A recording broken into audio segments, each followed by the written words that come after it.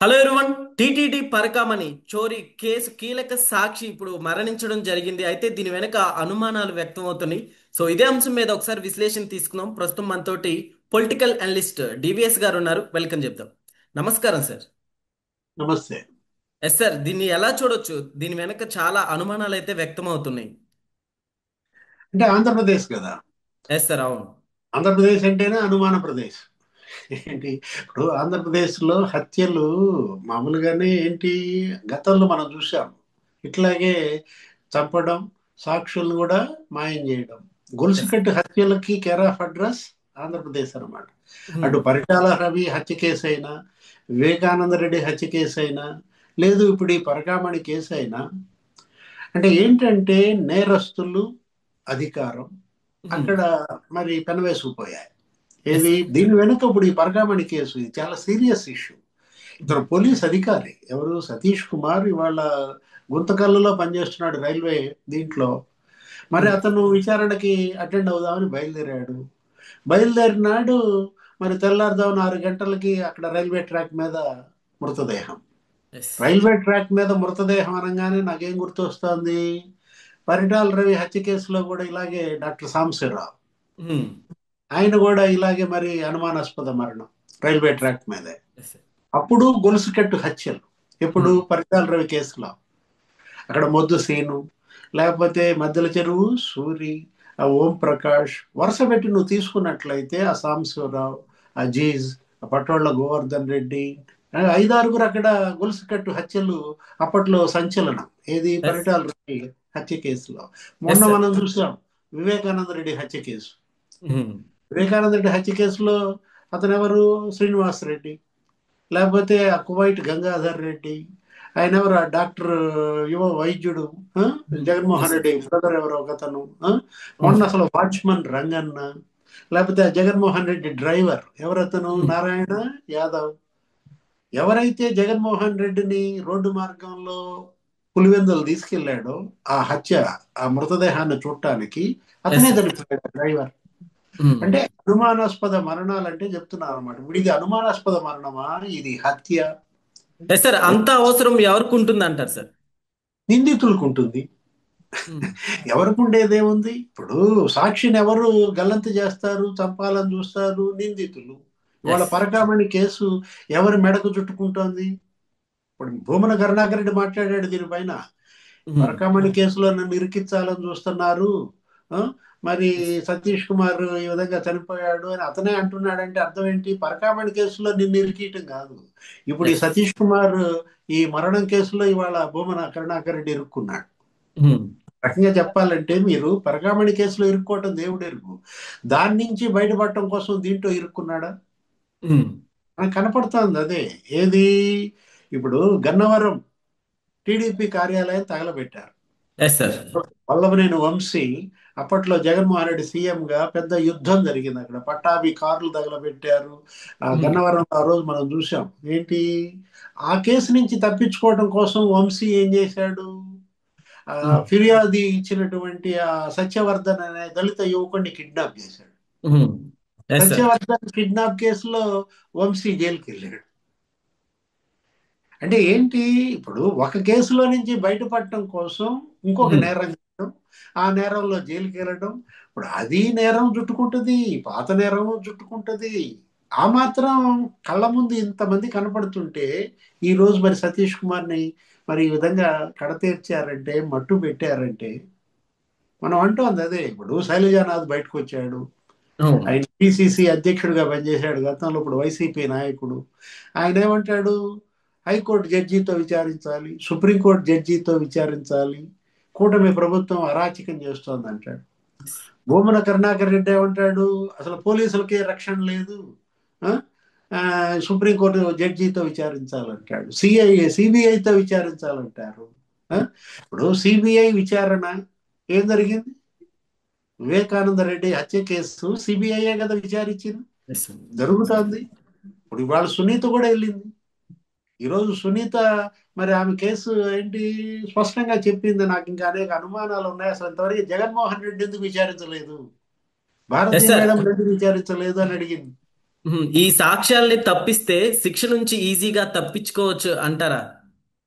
శిక్ష నుంచి తప్పేయటం కాదు, సాక్షుల్లో ముందు ఈ హత్య కేసులో ఇరుక్కుంటారు. ఎస్. ఇప్పుడు మనం అంటోంది అదే, ఏది ఒక దాంట్లో నుంచి బయటపడదామని ప్రయత్నించి ఇంకో దాంట్లో పడుతున్నారా? ఎస్. మనం ఏంటంటే ఇక్కడ చూడాల్సింది ఇప్పుడు దీంట్లో ముఖ్యమైనటువంటి అంశం, సతీష్ కుమార్ గనక ఆత్మహత్య చేసుకునేవాడైతే ఇవాళ ఎందుకు చనిపోతాడు? దీన్ని ఆత్మహత్యగా చిత్రించాలని చూస్తున్నారు. అంటే హత్యని గుండెపోటుగా చిత్రించాలని చూసిన వాళ్ళకి మరి ఇది ఆత్మహత్యగా చిత్రించాలని చూడటం ఎంతసేపు పని, ఎంతలో పని? వివేకానంద రెడ్డి హత్యను ఏమన్నారు? గుండెపోటు అన్నారు. అది అవును. గుండెపోట? గొడ్డలితో 7 కిరాతకంగా 7 సార్లు నరికి నరికి చంపారే, అది గుండెపోటులా కనపడిందా? ఎస్. సాక్షి ఛానల్ ఆ రోజు ఏమని ప్రసారం చేసింది?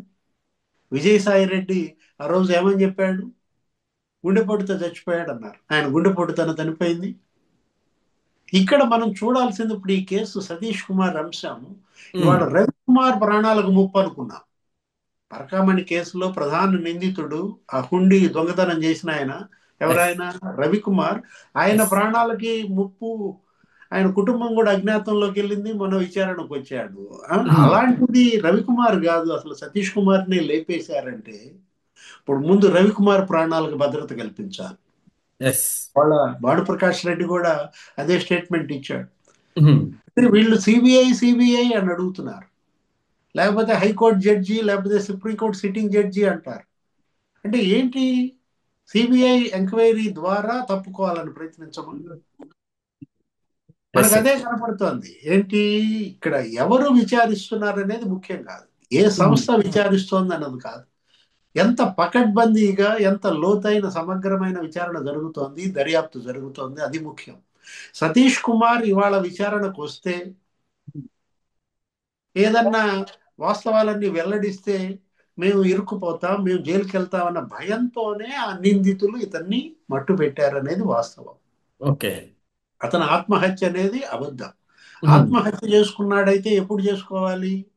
ఈ కేసు పెట్టినప్పుడే చేసుకోవాలి, ఎస్ సార్. ఆ విచారణ ఎదుర్కొన్నప్పుడే చేసుకోవాలి. ఇప్పుడు 6 రోజుల క్రితం ఆయన వచ్చాడు, 6వ తారీఖు వచ్చాడు. రవిశంకర్ అయ్యన్నారు ఆ టీం ముందు హాజరయ్యాడు, చెప్పాల్సినవన్నీ చెప్పారు, కన్ఫెషన్ స్టేట్మెంట్ ఇచ్చాడు.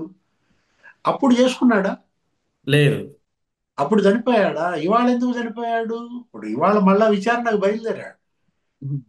ఇప్పుడు ఇవాళ అతన్ని మళ్ళా విచారణకు రమ్మని పిలిచారు. ఇప్పుడు విచారణకు వస్తూ మరి చనిపోయాడంటే, రైలు పట్టాల మీద అతని మృతదేహం దొరికిందంటే పోస్ట్ మార్టం జరుగుతోంది. ఇప్పుడు వెళ్ళాడు ఎస్పీ కూడా ఘటనా స్థలికి వెళ్ళారు. పోస్ట్ మార్టం మరి సీసీ ఫుటేజీ ఇవన్నీ కూడా మరి ఏం బయట పెడతాయో చూడాలా, ఎందుకంటే వాళ్ళ టెక్నాలజీ, ఎస్ సార్. సాంకేతికత చాలా అభివృద్ధి చెందింది. వివేకానంద రెడ్డి హత్య కేసు కూడా టెక్నాలజీయే బయట పెట్టింది. హత్యకు ముందు హంతకులు ఎక్కడ కలిశారు, హత్య తర్వాత ఎవరు కలిశారు. ఇప్పుడు ఇది కూడా అదే, ఏది సతీష్ కుమార్ ఇవాళ మరి ఆ కుటుంబ సభ్యులు కూడా వచ్చారు. ఇది అందరూ ఖండించాల్సిన అంశం, ఆవేదన చెందాల్సిన అంశం. మరో మరణం జరగకుండా కాపాడాలి. Yes sir. ఇది అవును. మరో హత్య జరగకుండా అడ్డుకట్ట వేయాలంటే చాలా సీరియస్ గా తీసుకోవాలి. Yes sir. Home minister Anitha కానీ, డీజీపీ కానీ, లేకపోతే ముఖ్యమంత్రి చంద్రబాబు, ఇవాళ డిప్యూటీ సీఎం చాలా సీరియస్ గా తీసుకోవాలి. ఒకవైపు ఏమో సిబిఐ ఎంక్వైరీ జరుగుతోంది, ఏది ఆ కల్తీ నెయ్యి వివాదం. Yes sir. అవును. సుబ్బారెడ్డిని రమ్మన్నారు.